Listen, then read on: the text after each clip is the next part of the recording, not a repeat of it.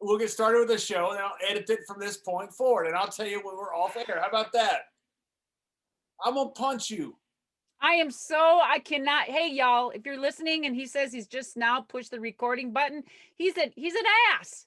I'm not an ass. I'm not Reggie, gonna he's an ass. He should have pushed the recording button a long time ago because Brisco and I had the greatest story, and it was one of those moments that were so real. Hush, no one. Hey, zip it. No one wants to hear from you. So it's like, here we go. Here we go. Be quiet. I'm gonna give you a good introduction. I'm gonna lie about it. I don't need no introduction. Sit down, strap in, and crank it up. Because you are listening to the Brisco and Madusa show. There is. Thank you. Would you shut up so I can start the show? Oh, you haven't started. Let me guess. Did you push record? We are recording right now. Oh, good. Don't edit. The show hasn't officially started. Well, it has now. The host. Start. Next. Medusa, you're right. Deborah, you're right. What Layfield, I mean, you know, working with a Texan is just so difficult because they think they know everything. We have missed so many, I mean, award-winning moments because Layfield can't figure out what that ON stands for or that OFF stands for.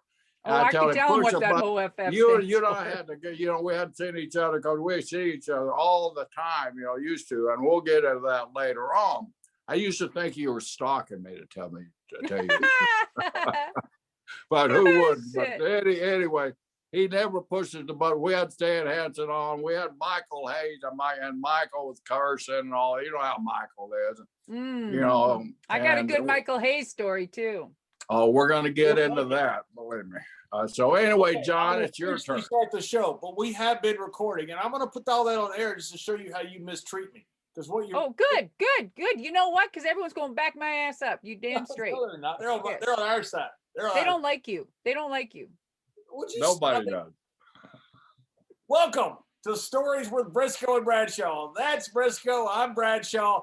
And in the world of professional wrestling, certain people have legacies defined. They define generations. There are cornerstones of generations. On the men's side, it's Frank Gotch, it's Lou Thesz, Bruno Sammartino, Hulk Hogan, Stone Cold Steve Austin, John Cena, and many others. And on the women's side, it's Mildred Burke, it's Wendy Richter, it's the Fabulous Moolah, Sherry Martel, and our guest, Madusa, Alundra Blayze, who not only was the first non-Japanese woman to sign a contract to go to Japan and work for Giant Baba with All Japan, 40,000 people in the Egg Dome watching her fight over that championship. She also was the spark for the Monday Night Wars and a roundabout reason for the Montreal Screwjob. And despite all this, after a wrestling Hall of Fame career, she then had a Hall of Fame monster truck career. Two-time world champion, defeated her mentor, the legendary Dennis Anderson, 2005 first woman world champion. She is Madusa, Alundra Blayze, and she has a huge crush on me. Welcome to the show. Oh my gosh. Thank you for that intro. Thank you. I just need to ask something. Is the record button on? Yes, the record button's on. Okay, just checking. Well, it's an honor to be here, even though you give kind of, you know, screwed up instructions on how to get on to Zoom, and then you have to resend everything. But it's okay. You're a Texan. Thank you. Then now you know what I put up with all these times. You know, people ask, how is it working with Layfield? Well, I got to give that Texan due. He's probably one of the most brilliant guys out there that you know, that's ever graced the squared circle. But when it comes to things like this, when it comes to common sense, Madusa, this guy, he left him in a change bucket at Stuckey's down on I-35 South. Oh my, well, first of all, I want to tell you though, I just even looking back at your career, John, it's just been, you're good. Your psychology is amazing. I wish I would have got to work with you. It would have been great. I just you could have been with me instead of Rick Rude. Well, I don't know. Rude was pretty good. Rude was it was good. I got some great Rick Rude stories too, and Paul Heyman stories. So, but we will not get to any of them. So maybe not. But yeah, I mean, I loved your career. I just thought you were great. I don't even know if we really did cross paths in Japan. I was hoping, but we didn't. And I just, gosh, as one person I wish I would have worked with, Brisco. Absolutely. Well, tell me about, like, I interviewed you for Legends with JBL on the WWE Network, and you told me about your starting up in Minnesota, because I started up in Minnesota too with Brad Reigans and the Mhm. gym, which was an absolute. Was that not the biggest chemical factory in the world? The gym. Remember that huge gym? They had Oh, a and Brad Rangings? Yes. no, Yes. not Brad. They had Brad Reigans, but then you had the gym. It was just the gym, the Oh, that, yes. weightlifting gym. And you had like 40 guys who bench pressed 500 pounds back in the early 90s. Mhm. It was insane. It was a great gym. And were you, gosh, I can't believe, did we ever really cross paths then? Because you were No, already gone. you were in Japan when I was up there with Brad. You were What already, year, Madusa, was you up there with the Brad and Eddie? I'm gonna say 87, 88. No, because I was in Japan in 88, 89, and 90.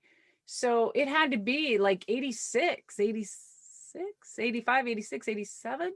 Wow. You hear of all these horror stories, you know, the guys, you know, the abuse that the guys took, you know, from the Sheik and all these guys that was training. Eddie's such a sweetheart of a man. It's hard for me to imagine Eddie being on you, but Brad is one of the baddest SOBs that walked the face of the earth.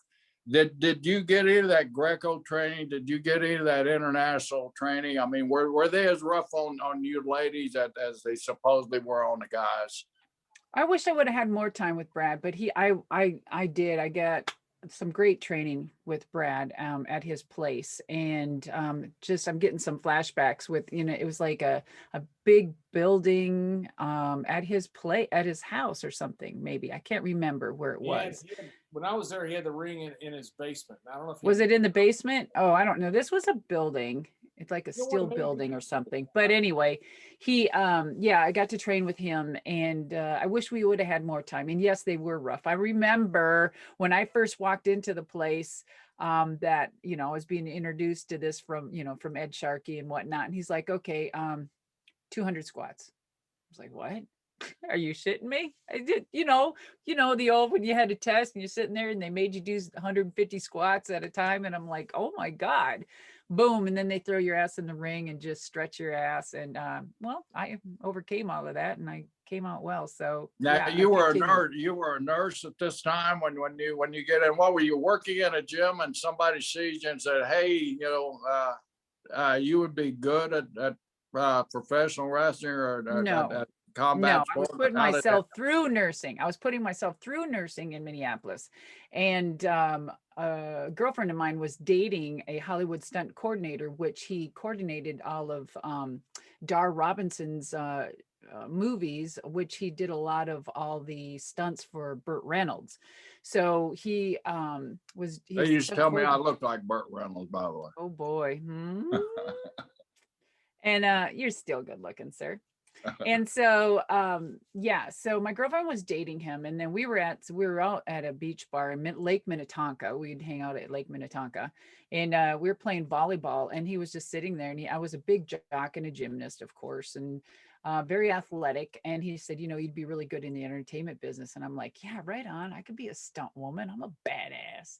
And he's like, no, professional wrestling. And I was like, oh, shit, no. Hell no. And had then, you watched any wrestling? Yeah, well, I heard in a few things, and in the Rumble, I'm from Minnesota, so yeah, with Vern Gagne there and everything. And so I was like, I never paid no mind, and so he kept bugging me, and I thought, God, my girlfriend's dating him, and what a freaking dude, what a ew. He's trying to bed me or something. I was like totally turned off because I didn't know. He's just very aggressive in a nice way though. And so finally I said, okay, what do you got? And he goes, professional wrestling. And, a friend of mine owes me a favor, which was Ed Sharkey owed him something, because who knows what Ed was doing. And so he introduced me to Ed, and he took me on. And of course, the old story is, Ed Sharkey did not pay me for like 3 years, and I got paid $5 my first match after 3 years. Was you paying him to train you? No, the thing came from Kai Michelson is his name, from Minneapolis. He was the stunt coordinator, and I guess he owed Kai some money, and so Kai and I were, he just said, you know what, he owes me money, so I want you to do this because I think you're going to be great at it. So he took, and so anyway, they worked it out, and I got to go and train with him for free, apparently. But he kept whatever for about 3 years, and then he decided to pay me $5. So $5. $5 freaking dollars after 3 years.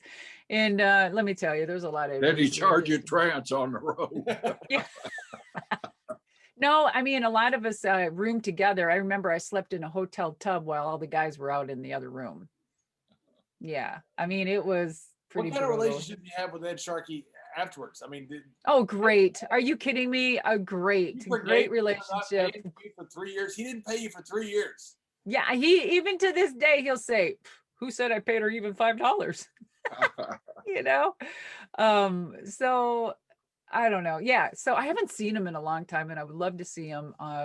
Is he's still around, right? I don't even know. Yes, he's still around. I saw him last year up in okay, good. 2 years ago up in Iowa. Okay, in Iowa. Is he living in Iowa or Minnesota? No, he still lives in Minnesota, but we do that big Dan Gable Museum thing down in Waterloo, Iowa, and I wanted him to come down so we could honor Eddie Sharkey in Iowa. So he came down for it. We wrestled a match one time when Eddie was the referee up in Minnesota. This was when I was with WWE. And I told Eddie, when I get in the ring with the rope and start swinging around, just powder out of the ring. I said, otherwise, I don't want to hit you or something. But he tripped on getting out of the ring. So what he did, I've already gone toward him. I said, sorry, Eddie. He goes, you got to do it, kid. And I just beat him with the rope. I can just see him. Go, do it. It's be good for the business. Go, do it. Oh, he was a good team player, though. You got your big break from Wahoo, right? Wahoo called you, wanted to come work with Vern?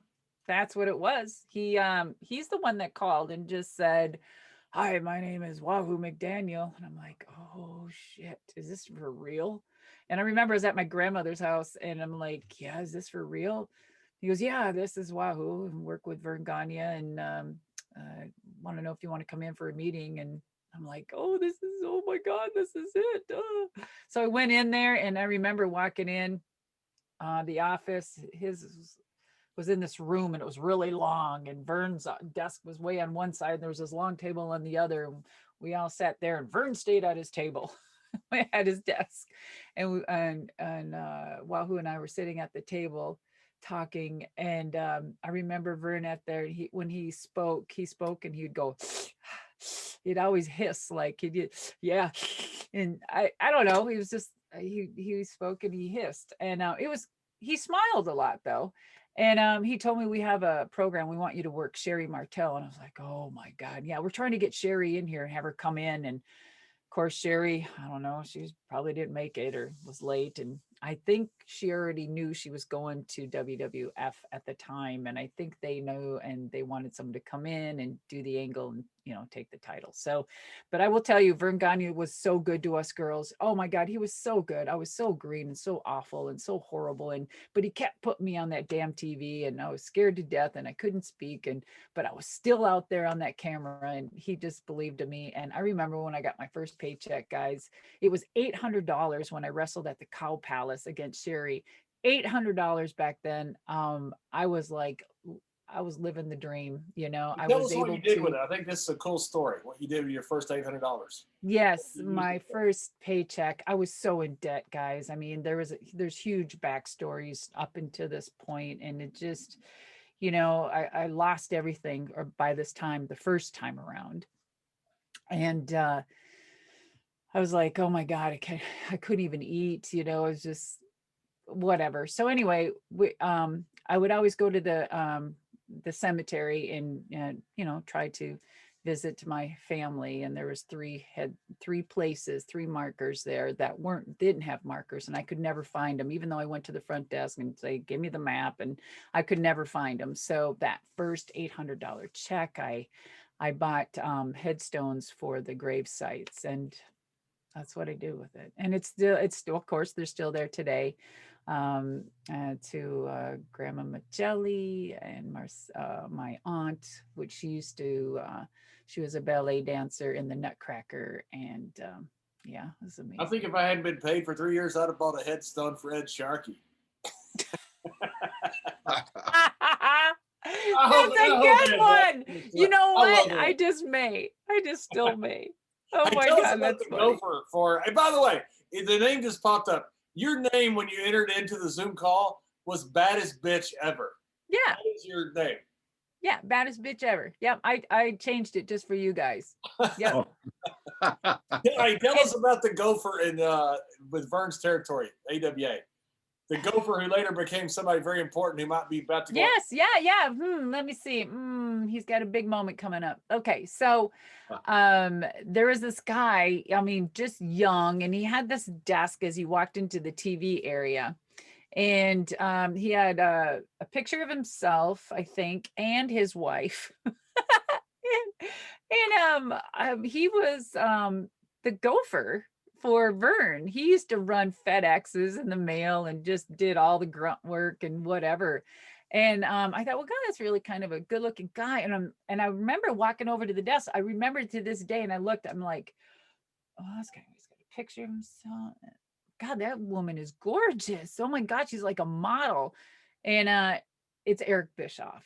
Wow. So Eric was there, and he'd always, run all the little errands, and he had a beautiful picture of his wife. I'll never forget it. And I thought, my God, she's a top model or something, right? And that's how Eric and I met each other, was in AWA. So fast forward, funny you said that. I just wanted to wait till the dust settled, right? Because Eric just got invited to be inducted into the WWE Hall of Fame. And I wanted to wait a little bit, which I usually do with people. I usually wait that 24, 48 hour period, and because you get bombarded, right, with everybody, text calls and whatever. So I just hit him up this morning before the Zoom. And I told him I am so happy for him that, he was a big staple in the business, and that he changed the world of wrestling, definitely. Big component. And I was so happy for him, and that I loved him and his family. So, I don't want to embarrass congratulations, Eric. Briscoe here, but I don't know if you knew this, but one time in Oklahoma, Eric Bischoff stretched Jerry Briscoe on Jerry's birthday. His 60th What? birthday. Yeah, Wait a minute. My 60th birthday, if you can believe I'm that old. Well, he stretched you. What were you doing? He threatened me. I thought you said stretch. No, he stretched. He stretched it. They actually got into a shoot wrestling match in their suits in a bar after TV of people. It didn't quite come out the way that I said it. It actually came out the other way, but let me set the scene. What happened? Let me set the scene. What happened? Deborah, I'm 60. I just turned 60 years old. We're in Tulsa, Oklahoma. I grew up right outside of Tulsa, just 50 miles away from Tulsa. I mean, it's my home state. Right. And I'm sitting there with three of the biggest wise asses that this business has ever produced. And they're all Texans. Except one from Springfield, Mass, or wherever the hell that is. But it was John Layfield. It was that Brother Love Bruce Pritchard. Right there, that tells you there's going to be trouble. Right? Yeah, with those two together. And we're celebrating my 60th birthday. Also in the John group was Eric Bischoff and John Cena. And I mean, John, John's an instigator just like these guys are. And he jumps on when you're down. Like, don't let that baby face fool you, because when you're down and he wants to jump, he jumps with both feet on, just like Layfield and Pritchard do. So I don't even know how I come up. In my home state, Oklahoma. Well, you know, Brisco was a tough guy here in Oklahoma, and you know, he's 60, all that. Bring another round of drinks. So we're drinking every. We drank it. Didn't we drink the bar dry that night, We John? did. We drank the bar dry. We totally drank it dry, but it's Oklahoma, so we know they got a back room with a reserve back here in Oklahoma. So we told them it's that back room, and they did, and they brought us more liquor. So there were some guys sitting at the bar, all dressed up, looked like they just come out of a back then when you could actually have meetings one-on-one, face-to-face. Looked like they just come out of one of these high-level profiles. And you know, Vince TV hotels, we stay at the nice hotel, you know, so it's a nice hotel, and so nice bar. But we're in Oklahoma, so you know, they're 60 years old, and Layfield and Bradshaw, all he did is, and all of a sudden, just out of nowhere, little Eric just looked up out of his quarter beer and said, guys, he's 60 years old. He can't be that tough. And holy shit, Pritchard, Layfield, and Cena just started. He just punked you, Brisco. What are you going to do in your home state? And I'm sitting there, I'm not wanting to do that. I'm 60 years old, man, and I'm having a good time. I'm drinking beer with what I thought was friends. And now they're trying to get me into a fight on a barroom floor in Oklahoma. I said, man. So Eric, and they keep on egging Eric. Well, he can't be that. He's 60 years old. And finally, you know, I just had all the harassment you can take. You know, you can take so much harassment if you're competitive, you know, and yes. I just took it, and I took it. Finally, I said, Eric, what do you want to do then? You know, how you want to find out? So I stood up, you know, like a fool. Eric stands up. Now I'm thinking, holy shit. I'm you know, I'm a mark. I hear all that stuff. What do you challenge? You know, I'm 15-time karate champion. I'm 20-time judo black belt. Man, I'm 60 years old. What am I going to do? You know, but, you know, so you know, while he's talking, you know, I just decide, hell, I'm going to double leg his ass while he's talking, you know, and so he's running his mouth. So I double leg him, and now mind you, we're still in our coat and ties from TV. I don't want to put him down hard on the floor because, you know, he might get a little nasty, might get mad. So I double leg his ass in like 5-10 seconds. I set him up where I got full control with him, and I just set him right back down in his damn bar seat there. You know, nothing, no harm, no foul, nobody's dirty, nobody's sweating, nobody tore jacket up, nothing. Sat back down, and like, well, you didn't take him down. Pritchard, yeah, Brisco. And then Eric started, yeah, you didn't take my ass. I just double-legged your ass and set you down because I didn't want to hurt you. Now we're standing back up, and now I'm starting to get that Indian temper, starting to get a little mad, you know, okay, you know. And Eric's starting to talk crap to me. So, and then Cena's as bad as both of those guys put together when he gets rolling. So, and then John Cena's a world. Well, hell, I got to impress the world champion. Why? I'm 60 years old. I don't have to impress nobody. So I start horsing around with Eric a little bit. I grab his head, and I kind of feel, you know, when I've read about you. You done the kickboxing. You kind of feel when somebody's a little hesitant. They don't really want to go. You know, just when you lock up with them. Yeah. I locked up, and I could tell Eric was terrified. You know, so I started. You would never admit it.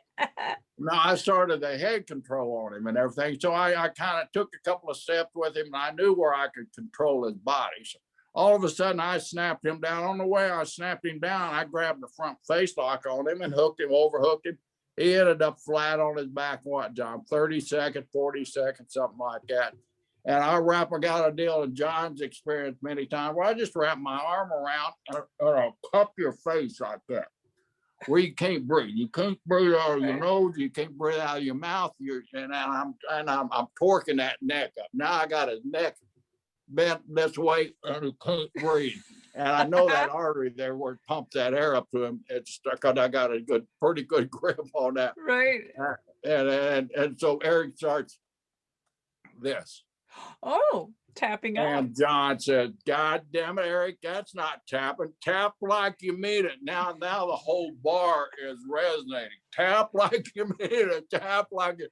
Pretty soon, Eric's damn ripping my shoulder off because I can feel his body start to lose control because he's losing breath. So I let him go, get up, and Eric, I said, Eric, I actually helped Eric up and set him back down in his chair, gave him another beer.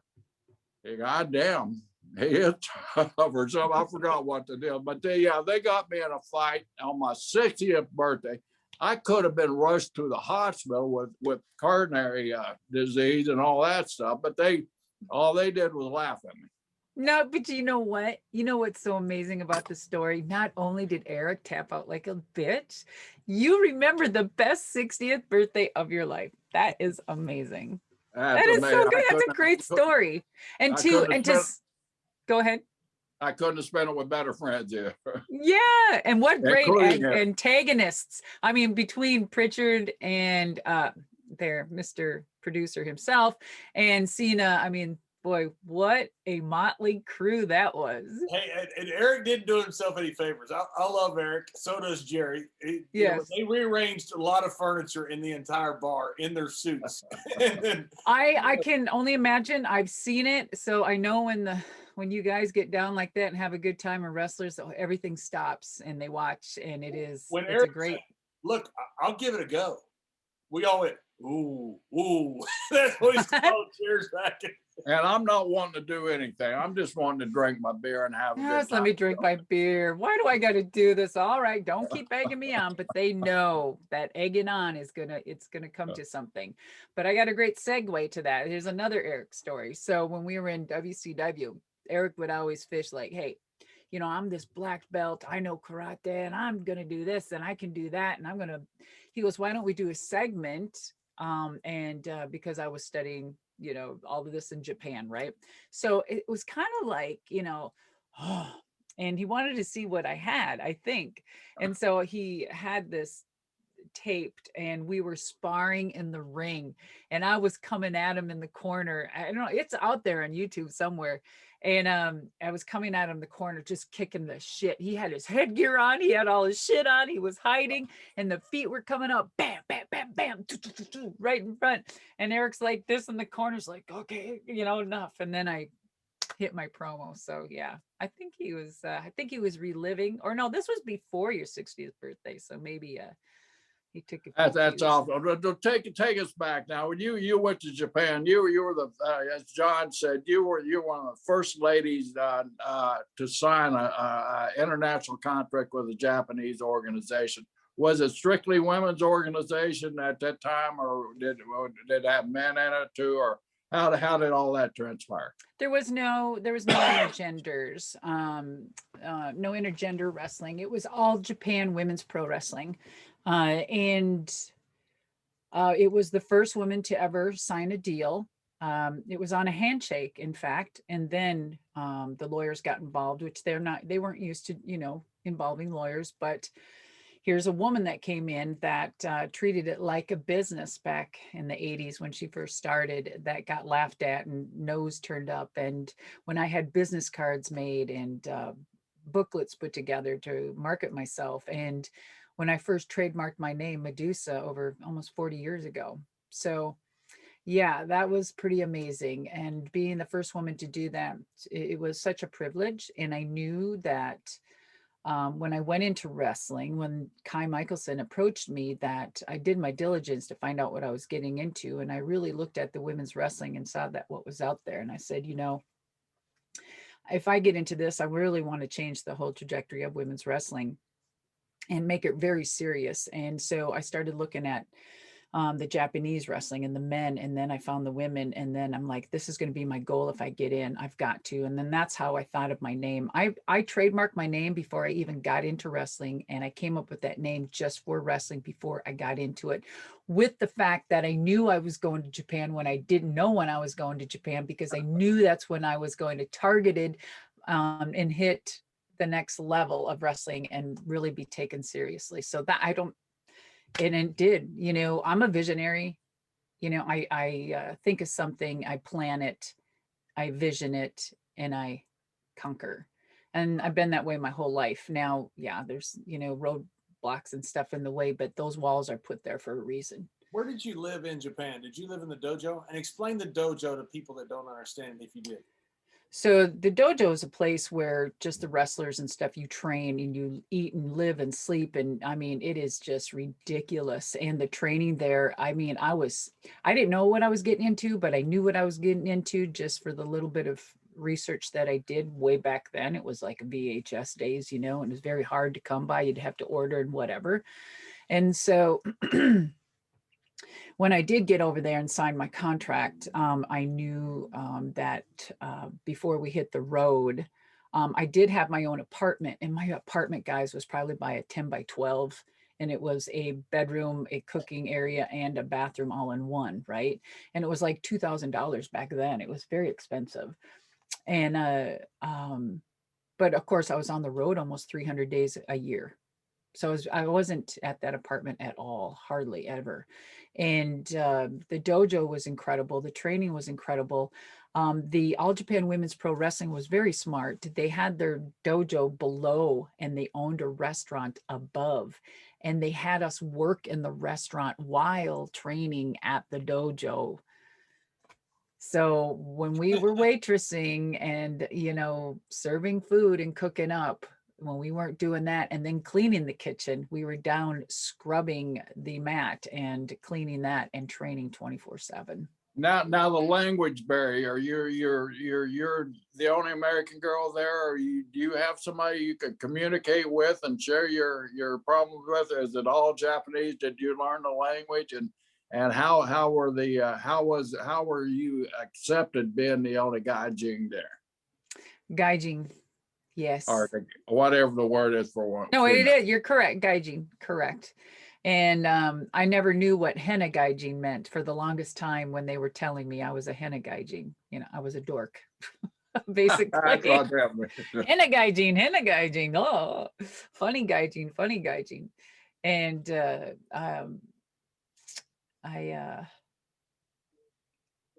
I was the only American at first, but then they intermittently brought others in, like Leilani Kai.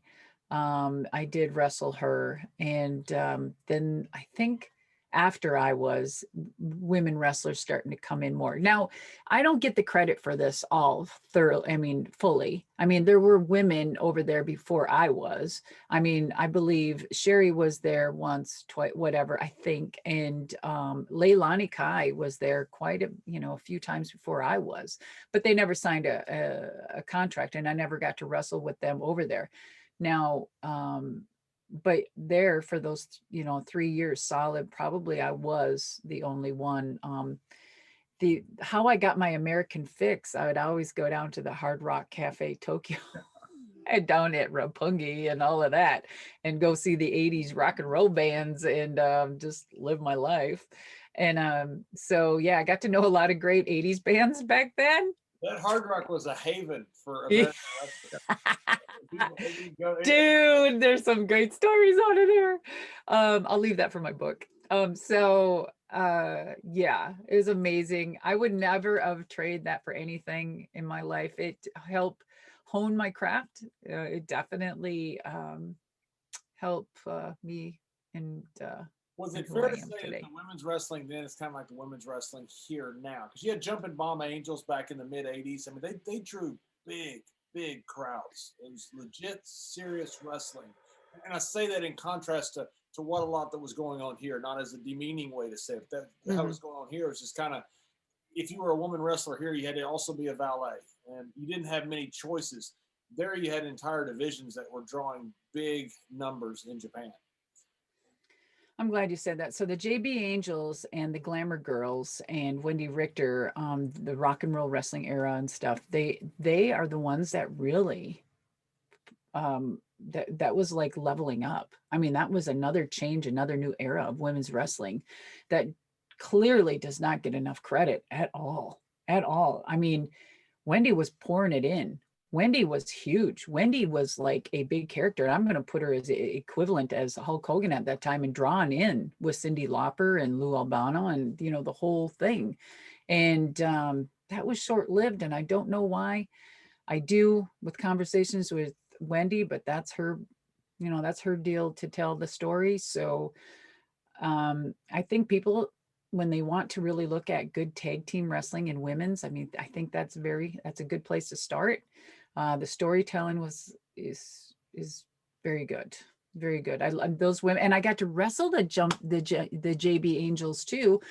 They were all kind of young. They were in All Japan Women's Wrestling when I was there, so I got to wrestle them a lot. It was an honor. I was like, oh shit. It was now, good. now this is the peak time in Japan, or starting of the peak time of the renaissance, so to say, of ladies Japan wrestling. What was this? Was this what you visualized? Was this where you wanted to be, or did you have other lofty goals that you wanted to move out back into the United States and create a scene and kind of revolutionize the style over here? Was that thought in your mind when you're doing and don't sell your short? You were revolutionizing Japan wrestling and women's wrestling worldwide at this time. So I knew I had to get back to the States, and that was my home. I wasn't going to stay in Japan forever, even though I wanted to. My heart will always be in Japan. I love Japan. I was just there a few years ago, and I haven't, just haven't missed a beat. And the people are still amazing. But I knew that I needed to get back to the States because I knew and understood the business that every 2 years there's a turnover of fans, things change, and you need to keep reinventing yourself. I knew this early on, that reinventing yourself is very important in our business. Keeping who you are in the character and grounding, but you need to keep reinventing your style and whatnot. So I knew I needed to come back to the States. And when I saw what was going on, I'm like, oh crap, man, I need to, I don't know how I'm going to do this, but I just, I need to be silent about it almost. People knew who I was, but didn't know anything about my style, because if you really, I went from independence to straight to AWA in a short time, then straight to Japan for 3 years. And then, so I knew that I wanted to mix and for the mix American and Japanese together. So coming back over, that's what I was planning on doing, and just take it by storm and introduce a contact, baddest bitch ever type of wrestling. And I wanted to introduce it and let them know I was serious. I was a wrestler, damn it. And that's what I wanted. I didn't want to prance around with, tits and ass all the time, even though beauty is important and your sexuality is what you're comfortable with. And, I don't give a shit what everyone else thinks or says. And that's how I thought. I mean, I always beat to a different drum. I had my own rules, and I tried to respectfully, do other people's rules. But if I felt that it wasn't conducive to what and where I wanted to go, I wasn't going to do it. And I passed good money at times because it wasn't something I believed, that I believed in. A lot of the times through my life, I chose that if it's unethical, immoral, or illegal, I chose not to do it. There are things that I don't know if I regret, but maybe there's things I could have chose differently. Coming back to the States, I was feared. I don't know why. I don't know why either. Okay. I worked, I was, and I don't know why. I work stiff, and I think there's one thing in my mind that I felt, this is what I learned early on. And I felt that if I could do what I did and take what I did, and if you're going to be serious in our business, you better damn well be able to. That's how I felt. And I felt if you're coming in here for any other reason, then you shouldn't be in my business. So be ready to get your ass kicked. You should be able to take a freaking punch. And if you get kicked upside the head with a little bit of a, an egg, Yeah. Okay, we can say we're sorry in the back and then suck it up, Buttercup, A lot of right? people don't understand that the young people in dojos in Japan were treated like by today's standards, they'd be inhumane. You know, Jerry and Oh I, no, it's totally inhumane. I got beat with bamboo sticks. I got knuckles cracked, broke, out of position. I've got tendons ripped, tore. Uh I woke up you know, I woke up almost 28 hours later because I had both black and blue eyeballs, and they let me sleep for almost a day and a half in the bus, and I finally woke up. Wow. in the bamboo That, sticks were not accidents, right? I mean, this was by the instructors. This is by the instructors when I was learning karate and stuff like that. Yeah. now you were learning all this mixed martial arts stuff at the time, and I know during that time, Pride and One and all these other martial arts and combat sports started to evolve, and especially in Japan. I read where you went over to Singapore and you knocked out the damn champion in one punch in one round. Were there promoters coming after you? I mean, did you ever think about it? Maybe I could get into mixed martial arts. Was it a place where women could go at the time in Japan, or was it still a male dominated, controlled sport there in Japan? You know, in Japan, I don't know if they were looking at me as because I was American and like, hey, let's just promote the crap out of her. Let's do everything we can. But I didn't feel like there was any of that. Like,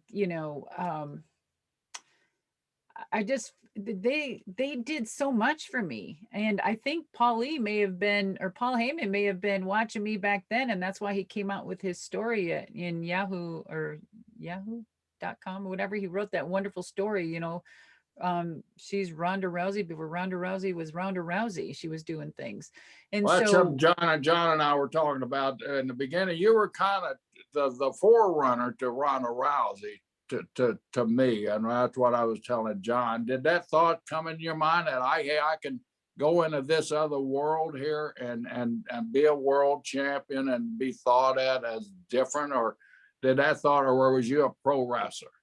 So so I was getting to that where I was wrestling. And the promoters were pretty fair. I mean, it wasn't about man woman thing. They would just do all this crazy stuff. They'd say, hey, Madusa, you sing. I'm like, I can't sing worth crap. So all of a sudden I was giving concerts. I had my own CDs. I had this cult following, and the CD was #1 hit. And it was like, what the hell's happening? And then they said, okay, you are a good fighter. You're serious. You're a competitor. You need to be a boxer. I'm like, what? And then that's when they started, having me train with the Muay Thai and the kickboxing, the karate. And they said, okay, you're going to Thailand. I said, what? And they're like, yeah, you fight. And I'm like, what? I'm like, I'm here to wrestle. Shit. And then I'm like, okay, I can do that. Okay. I never said no. I was like, yeah. Then I found out I really liked boxing. And I was like, oh my God, this is awesome. Bam, bam. I was just like, oh my God, this is a whole nother field.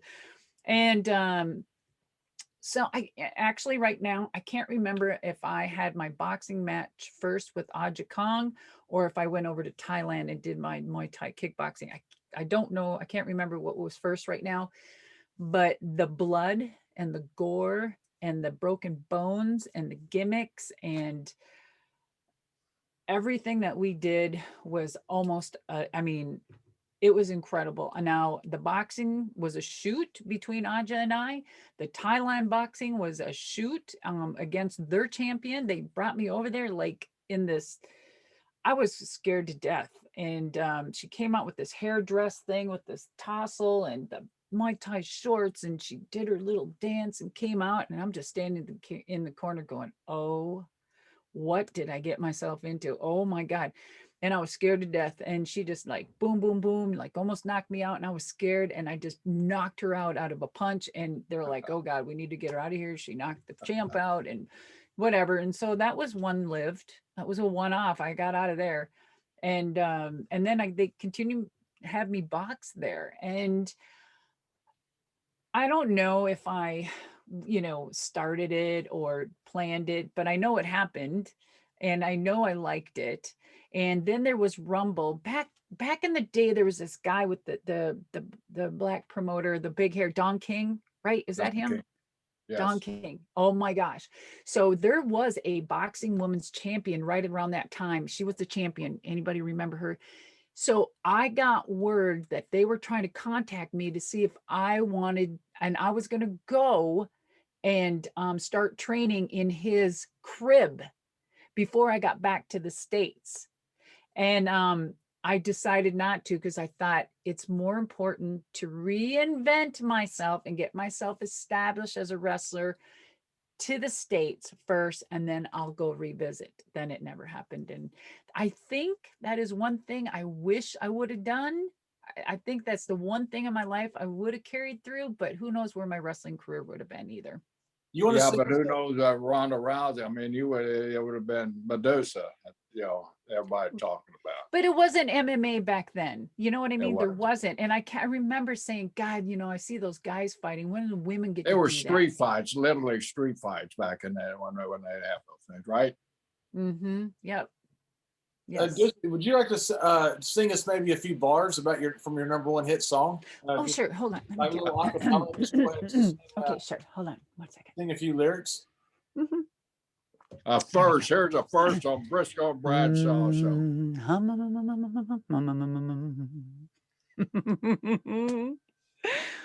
Mimi o shumaste guran nane kika eru. There you go. Also, I'm in love again. absolutely. It says, "Let me come and whisper in your ear." Jerry and I are very happy now. Yeah. Well, good. I'm glad. Yay. Okay. And then so fast forward through all of that. I just came back, and it's like I felt like everyone feared me and no one wanted to wrestle. And they're like, "Oh my God, Madusa's she works snug and she's tight and she's gonna hurt." And no, bitch, you just better grab a hold and follow through and listen. And if you don't like a snug hit, then you need to, learn to. You said sell. something very important right there. People, when you came back, you had this reputation of, you Muay Thai, judo, black belt, all these martial arts things that was hot before they became hot, and to the general public. Now, I know as a guy that when a guy comes in has a reputation of being a shooter, being somebody that can handle themselves. But I never hurt anybody. I know. Well, I didn't either. I tried not to anyway. Well, okay, me too. So, I will disagree with that. Except for maybe Layfield a couple of times I wanted to, but I just couldn't. He has a high pain there. So, but anyway, you just said the way you were looked at. Were you looked at through the female talent in general as this? They were afraid to get in the ring with you? Were they skeptical of it? Where did you go when you came back from Japan? Where was your first stop, and how was your reception? And with that reputation hanging over your head. Well, I knew I had to come back and reinvent myself, and I wasn't with any top organization, so I knew I needed to work my way in. And so just with those titles and being in Japan, it scared the crap out of everybody. And I had all eyes on me. And so I just worked independence, for a little bit. I think that's when I started working independence with John Arezzi, maybe. And we started doing some things across. And I think that's a good story there with Jake when he locked me in the room with his snake and his python or whatever. What? That was in the Philippines. Yeah. Tell us that story. Oh my God. What kind of snake? That SOB. It was the white one with the gold. Yeah. Was it defanged? I don't know, but it didn't bite me. But so I had a closet at least to dress in or whatever in Philippines, and the guys were all out in their room. And I went in and I closed the door, and I barely did like 2 steps in, and the door comes flying open, and all of a sudden you see the bag slide, and here comes the white frickin'. And I was like, what? I screamed bloody you could hear Jake and them out there. Oh my, US, everything I could, SOB, and there's nothing but walls, nothing but walls. And all of a sudden I see like this thing, this pipe or something, and I'm crawling up a wall on a pipe up into the ceiling.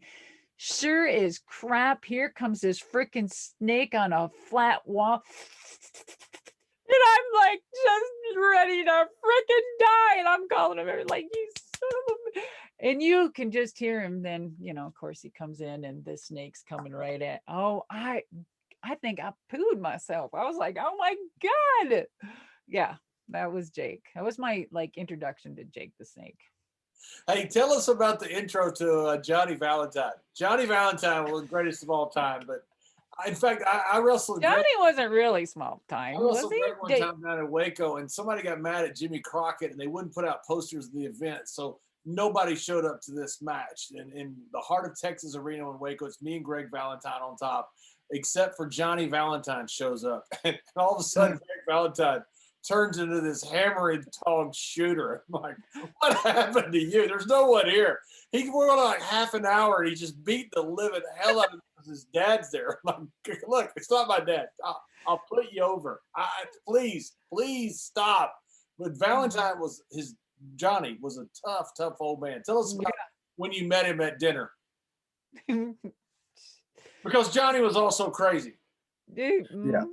So, Greg and I go way back, and so Greg and I, we were, where did his daddy live then? Where was it? I don't know. When I wrestled Greg, Yeah, he lived in Charlotte for a long time. Then he lived in Tampa. Then he lived out in Texas and Fort Worth, I believe. In the early years, like in the 90s, he lived, or anywhere. I think it was Texas or whatever. So we met him for dinner, Johnny, and we were sitting at the restaurant and we're just giggling. And those boys were being boys. And I don't know if his dad was testing me to see like if I was like, if he could do ribs, or if I was acceptant, if he could accept me, or if he could pull one over me. But Greg and him and I were eating at the table in a restaurant, and at the restaurant. And Greg was just sitting there, and Greg just started giggling, and I'm kind of, I'm known with the boys that I don't sell shit, right? So I'm sitting there, and all of a sudden something's going on, and fucking Johnny Valentine's pissing under the table in the restaurant while we're eating. I'm like, what the? And I can't remember if I don't think I sold it. This is post accident, right? Post flight. I'm not sure. Yes. Because he's in a wheelchair or crippled or something like that, huh? No, I don't. Yeah, but he was still. Let me tell you, he's still Johnny. I mean, no, either way, that was Johnny. I'm telling you, he did it because they started laughing their ass off, and Greg says, you're not gonna. Nothing's gonna phase their dad. Oh my! He peed. He just whipped it out, and pissed under the table. Don't understand that this was one of those loud long ones. So dude, I don't know. I probably had jeans on, so I probably had it all up my leg. I don't know. Oh my God. People don't understand that's crazy stuff like that was not abnormal. It was a rib. He did it as a rib, not because of whatever. And he was just testing me to see if I was, the up and up. Can you imagine someone doing that today? Like some wrestler, somewhere just. They get hauled off to jail in handcuffs and, have to crit. Let me tell you, some of these plane rides is where half the shit went down too, and not just dressing rooms and what. Jared and I have to be on one that's named just the plane ride from hell. So yes, the plane ride from hell. Were you on that one? Jared and I both were. Oh, you Absolutely. Too. Oh my God. I don't remember it though. Yeah, nice.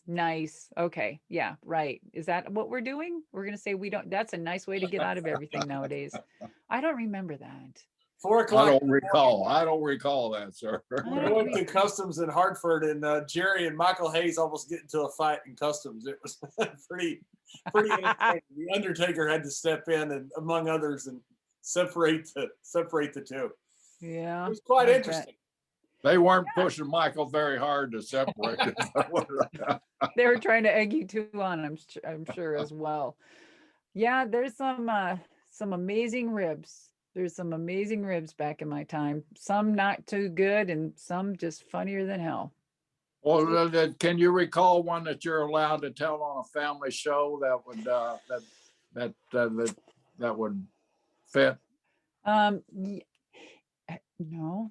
I hate those Let me questions see. because it can put you on such a spot because No, you have no, some. I'm good. I'm good. Okay. Okay, how about no, not that one either. No. No, I'm gonna save them for my book.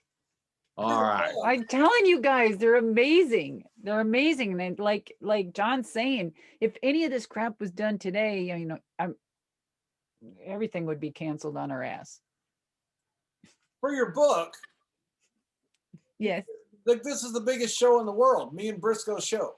Oh, is that it? Time to debut it. We'll The sell you biggest- 1 million copies just off this one story. No, I alone. just want to sign. Yeah. Okay. No. Well, let's see. Okay, this ain't a plain one, but we were talking about Michael Hayes earlier, remember? And I said, oh, I got a Michael Hayes story. So this SOB I was wrestling, and it was the whole Paul Heyman thing or whatever.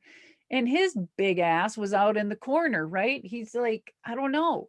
He was supposed to take it. Like, he probably felt like he wasn't going to do this for a woman back then. So there was a spot. I was getting up to the top turnbuckle, and I was going to come out and do a cross body onto Michael Hayes. That son of a bitch moved, and I freaking hit that concrete and busted my foot in half. And I remember it swelled up like a mofo. And right away I looked right at him, and he freaking started running. And I was like, I'm going to kill you. I'm going to kill you. I ain't catching a woman. I'm like, well, did you want to tell me this when, going over the spot or something? I'm like, I will never forget that. So I remember I just took duct tape and Wow. taped my foot and freaking kept, yeah.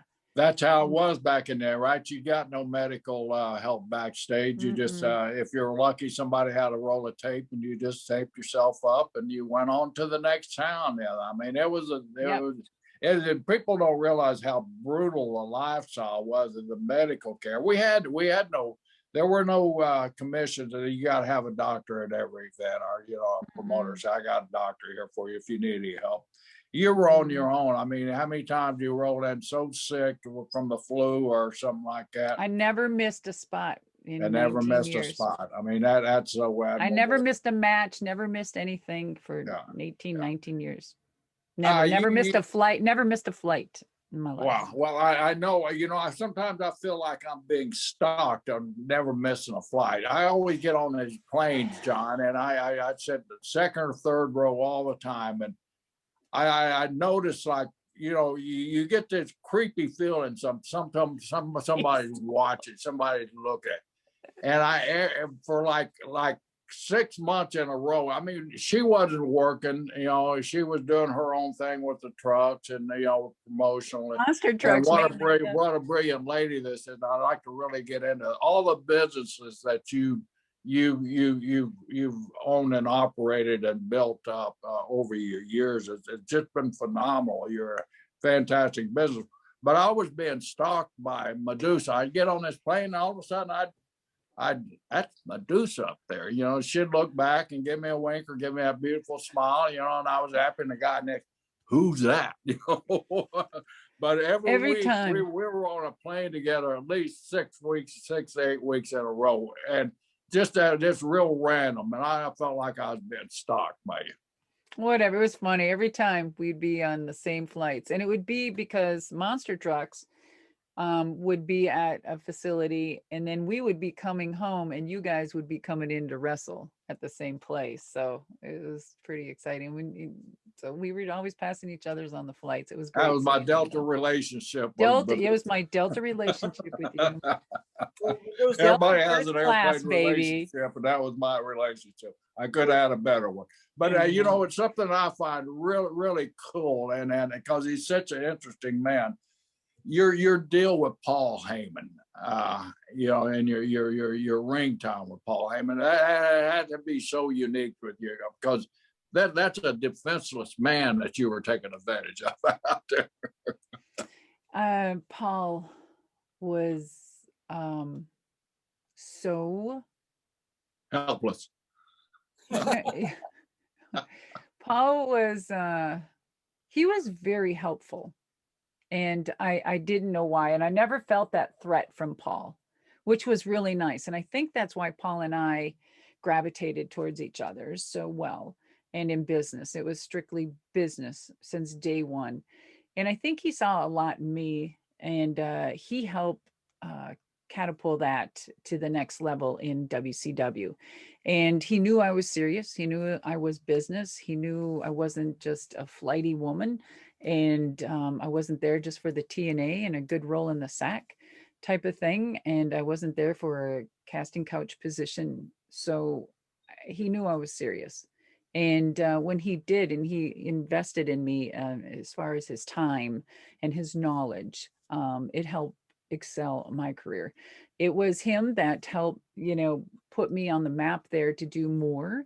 The first stint with WCW, as far as my interviews and etc. And then aligning myself with the DA, the Dangerous Alliance, which was probably the best faction ever. So I'm just saying. And it was so much fun working with all of those huge, talented men. Bobby Eaton, my gosh, there's a man that doesn't get enough credit at all. Bobby was one of the best wrestlers to watch. He was so fun. His psychology for the business was great for me. I would watch him a lot. And of course, all of them were good. I mean, Arn Anderson, oh my God, what a guy. What a great guy. He was, I mean, he couldn't stand that when I would have to do interviews and I'd have to do like 20 takes. And then he would sit there and do his little shit over here and tell me to hurry up and all of that. And I was in the middle of my interview and I took off my high heels and I flung it at him, and he ran out of the room. And, but he was an amazing wrestler. I mean, all of them. It was so great to share the screen and the, you know, the whole wrestling business with them. I always thought Rude was one of the greatest heels of all time. And I don't oh my God, he could egg things on, right? Oh my God. Rude to me was just everything you want in a heel. It was Rick Rude. And it was all natural. Like Rick, the thing about Rick was such a natural. I mean, nothing that you saw on TV, I don't think was not Rick Rude. He had that on the outside driving a car. He just had that natural attitude, that natural look. It's such a handsome man, and such, I mean, handsome, cocky, arrogant, but he was funny. He was quiet. So you know who traveled together? It was Rick, Paul, and I. Rick made Paul drive. I had to sit in the passenger seat, and he sat in the back with the windows up, locked, smoking the freaking dope, and I was choking because I didn't get high, and they were laughing their ass off. And I mean, I was screaming, "Crack the freaking windows! Crack the windows!" And he's back there, Deucey. You know, like, dude, I can't do this. Did he blow it on you? Did he what? Blow it on you. Oh, of course. It was like Cheech and Chong, dude. It was Cheech and Chong in the car. You said you couldn't get high in that car with Rick. And the ones that he would twist up. I mean, you're right. It was Cheech and Chong joints. It wasn't those little nickel joints like God, this. they were that big. Yeah, exactly. Like that. Oh my God. But I mean, he really pushed hard for me to stay with him. Yeah. I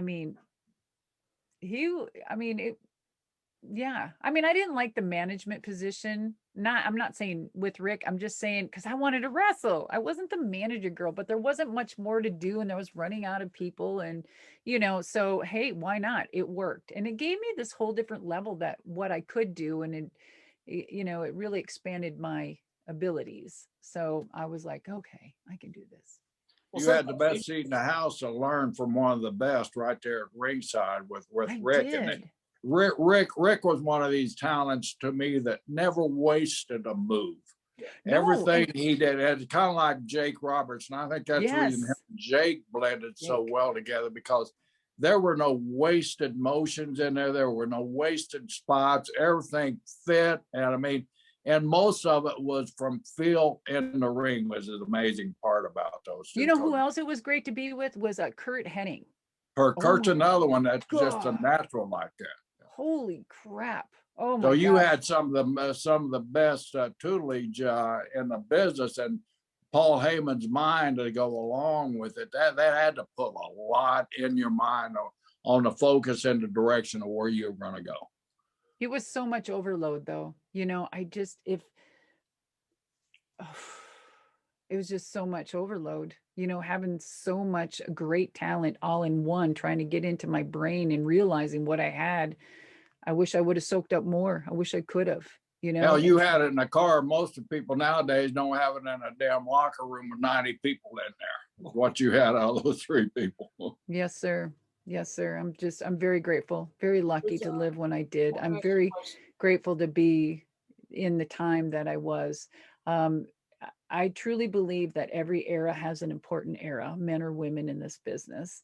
And I believe that I believe that we not only grow, but the evolution of each decade, I guess, of wrestling, you can say, grows, and you learn and you move on and you move on. Um, I like where we're at today for the women's wrestling. I think there's some phenomenal women. I think that we're almost circling back to where I was, because it gets to the point where I get so sick of hearing like, oh, you're so ahead of your time. You were so ahead of your time. And I was, and I am. And but I take that as a compliment. However, when I got inducted into the Hall of Fame in 2015, John, and I told you this in the interview, that when I seen Vince for the first time, I was like, oh, hell, I don't know how this is going to go. But it was the best introduction. And we hugged and held. And the first thing I said is that, gosh, I'm so sorry. And he said, you know, I knew then where the women were going in that conversation. By what he told me was I mean, best compliment ever. Just everything. I always felt that I was a Vince girl, and because I loved the business and I loved the company and I was doing well, and that was the person they could always count on. But I didn't. I disagreed with how they let me go. But I always felt I was. I love the story. You get into, you get follow into how they let you go, but Yes. your deal that when they brought you in, you had them of still when you told Vince, no, you can't have my name. I mean, how many people tell Vince no, John, and then you get whatever the hell you want? Well, I mean, we're you going have way something back. special. Yeah, Yeah. we're going way back before I got into WWF at the time. And it was thanks for, to Greg Valentine. He's the one that called or reached out to Pat Patterson, said, you really need to take a check, take a look, check this chick out. Right. And so if it wasn't for that introduction, I don't know if I would have ever had the opportunity to go visit and talk to Vince and WWF.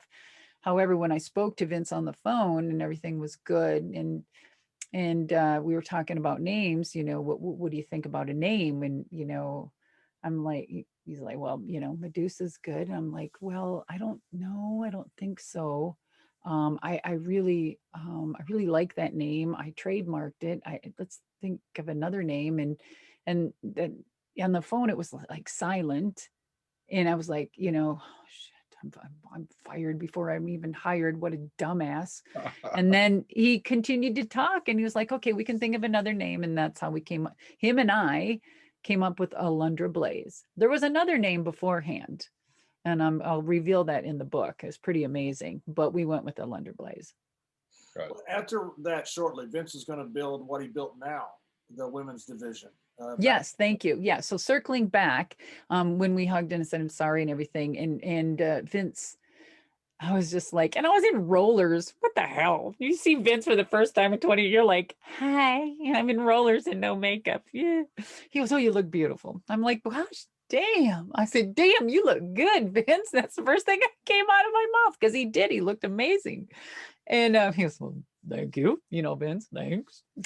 And then we started talking and he said, you know, with the women's division, where we want to go is we want a woman like yourself, the woman that is athletic and strong and independent. And, you know, the woman like when he first hired me, that's the direction that they're going to go. And I was like, oh my gosh, we are what we want. I forgot how he said it. You are what we want in today's woman, something like that. And I just, if you could have seen me gushing inside, it was just like, oh my God, that was like, holy crap, it was amazing. And so I knew exactly where the women were going to go. You know, if they kept at it and kept hard and I was like, here we are, fast forward way ahead of my time. Yep. And this is exactly what we were doing, you know, 20, 30 years ago. And I love it. If I was in today's women's wrestling, I would be like, Who would be this your is so dream good. match? Who would be your dream I match? want a retirement match. I mean, everything is always spoke about from the Attitude Era forward, like those women before that never existed. Excuse me. But there's plenty of women even before me that existed. And none of us would be gracing, you know, women's wrestling if it wasn't for that. We get that. However, if I could have a retirement match, I would love a retirement match. But I'm, you know, hey, I'm getting older. I'm not younger. So it needs to happen like now.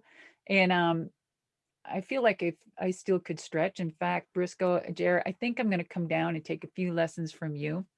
Come on And down, sweetheart. yeah, baby. And then some good verbiage from you, John. You're good on the mic and you're good with those one-liners. So what a great package.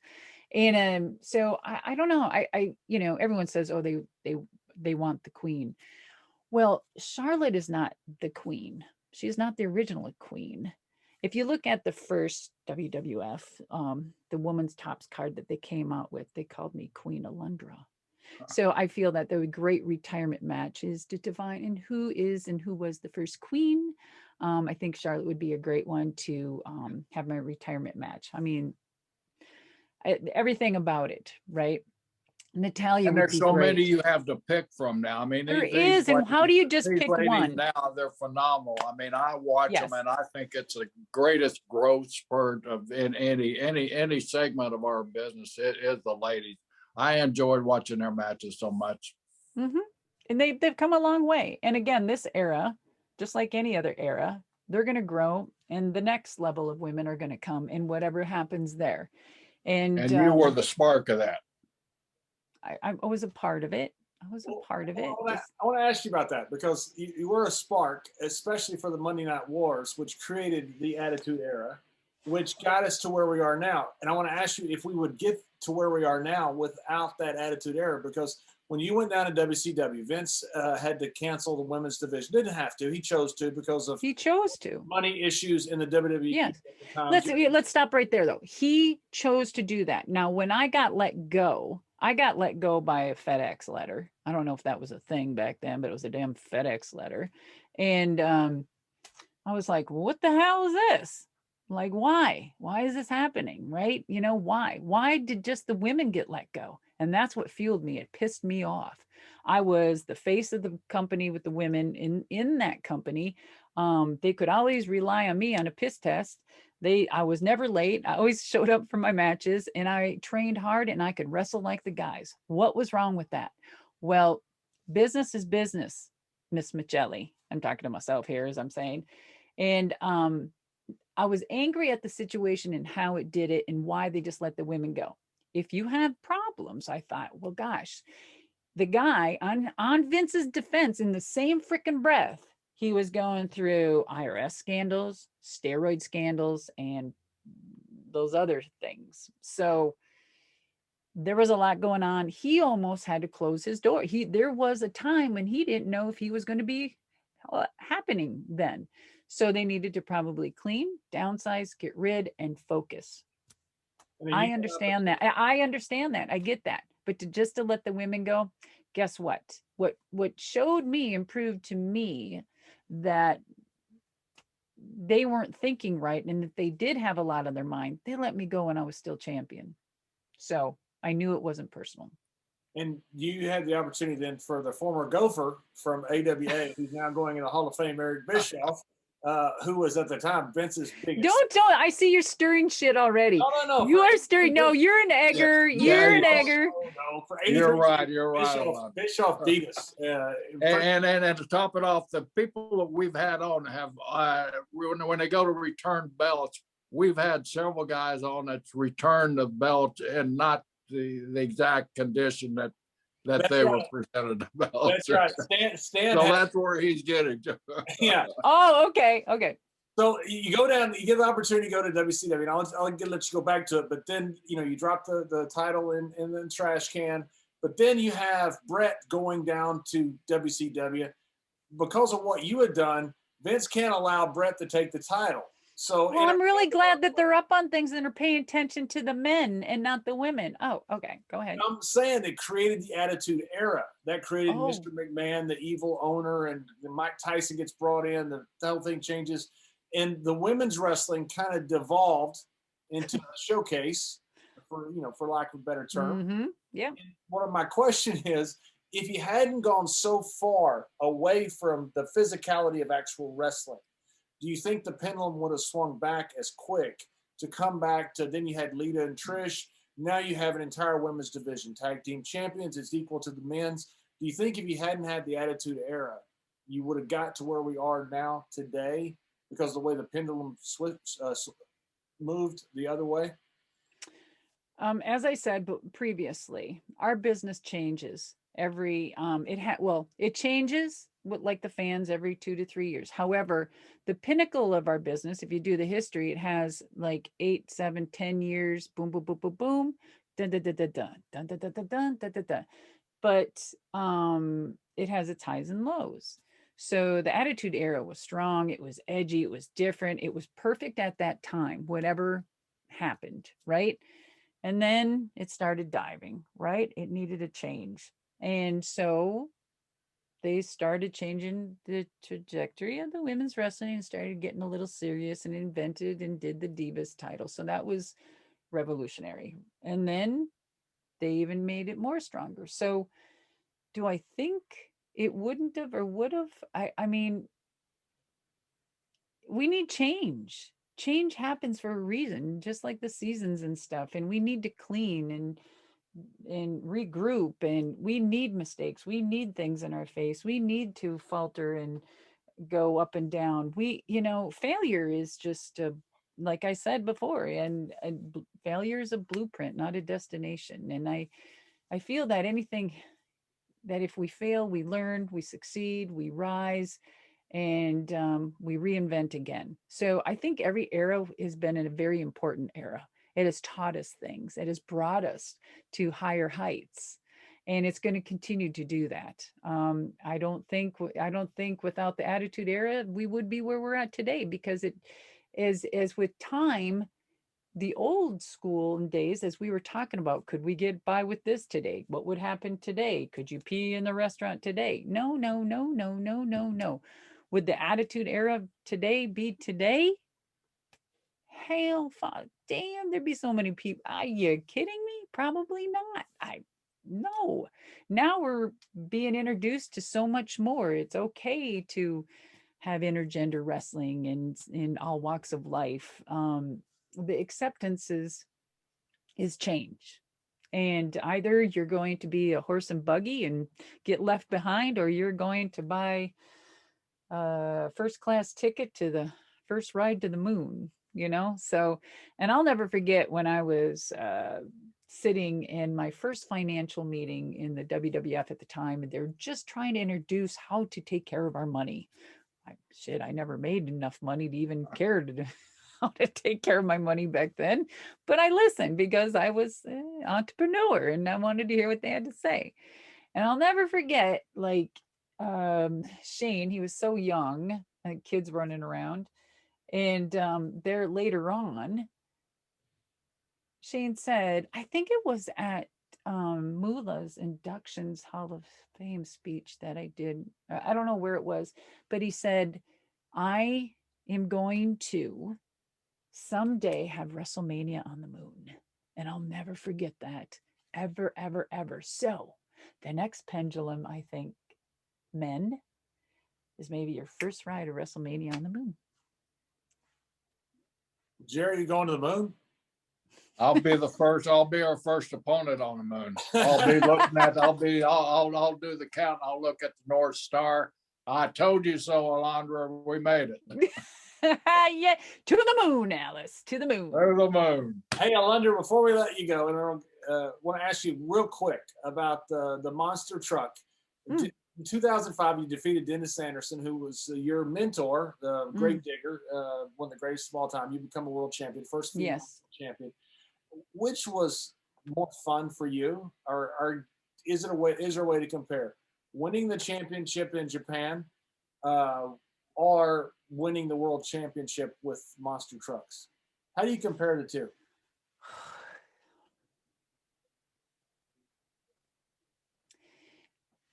You do and you don't. With wrestling, it's entertainment, and there are huge goals to be set within the entertainment business, but you have to be a bit narcissistic to be in this business a little bit. Really? And I had no idea. And so I learned that when I was in the hallways walking with Macho Man through the airport. And every time we walked through the airport together and the sun would be shining through the big mirrors and you could see on the other side your silhouettes, he'd stop and go, I'm like, God, these are some narcissistic men. God dang. Anyway, so I feel that with wrestling, it was a competitiveness, but within our own body and around the people, because it's not a competition. It's more of a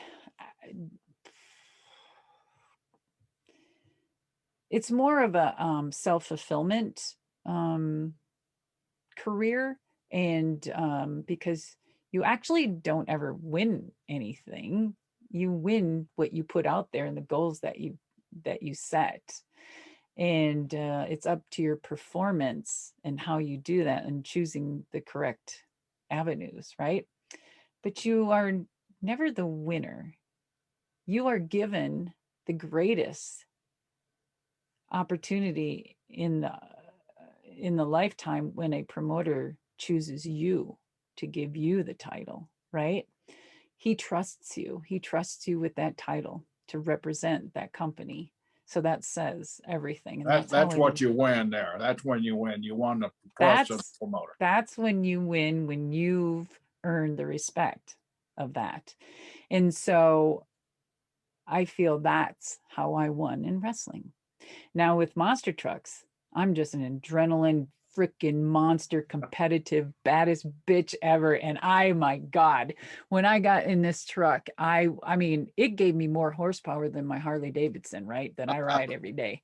And I'm like this, I mean, we're talking like, 1800 horsepower. I mean, who has that? I'm going to get in that bitch and go to my grocery store. Look out. Right. So oh my gosh, when I was introduced to that, I got a phone call and just said, Deuce, what are you doing? I said, well, I'm getting the hell out of wrestling. This shit's changing. I can't stand this crap. This is not, it's going somewhere where I ain't. And so he goes, well, do you think about driving a monster truck? And this is Mike Weber. He worked in WCW at the time. I remember Mike. Yeah. Mike, great guy. And it wasn't for Mike, I would have never been able to drive monster trucks. Wow. And yeah, so he left wrestling and went into the monster truck business. And I guess they asked him, look, we need a woman to drive a truck. We never had a woman. We need some asses in the seats. We need somebody who's got, he's like, oh, I got the girl for you, right? And so he called me and I said, Michael, what are you talking about, a monster? I've never seen one. I've never driven one. What are you, crazy? He goes, well, I'm like, okay, whatever. All right. Me. And then I'm sitting there thinking, now what did I get myself into again? Right. So they flew me out and I test drove the truck and and upside down. And Dennis Anderson was there, and just listening to him, watching his whole body language. And I got in that bitch with no fear. And it was a perfect marriage. One of my I'm not going to say one of my better marriages because I'm in the best marriages I've ever been right now. So back then it was one of my best marriages, and it was the best. And so I got out of the truck after digging it out of a freaking pond upside down, and I landed, and they said, "Have you ever driven one?" And I said, "No, sir." And they said, "You're hired." And then the next weekend I was entertaining kids and people of alike, 60,000 of them every day of my life for the last 18, 19 years. And I was just in Australia last year driving the trucks as well. And it's been so amazing. And then when I knew that is my God, when I was in that truck, I knew there was no stopping me, and I was serious, and I got into it, and I drove down the highway into, within the rig, putting up the monster truck, taking them down, the wheels, working on the damn thing with my crew chief.